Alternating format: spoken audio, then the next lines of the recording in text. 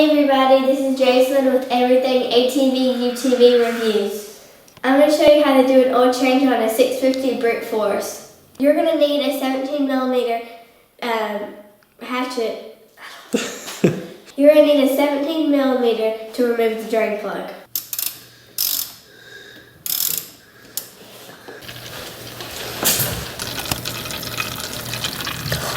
After you remove the drain plug, remove the oil filter.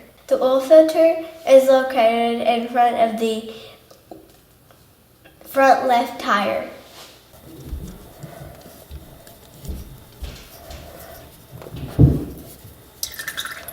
Our Wix filter is a 51358.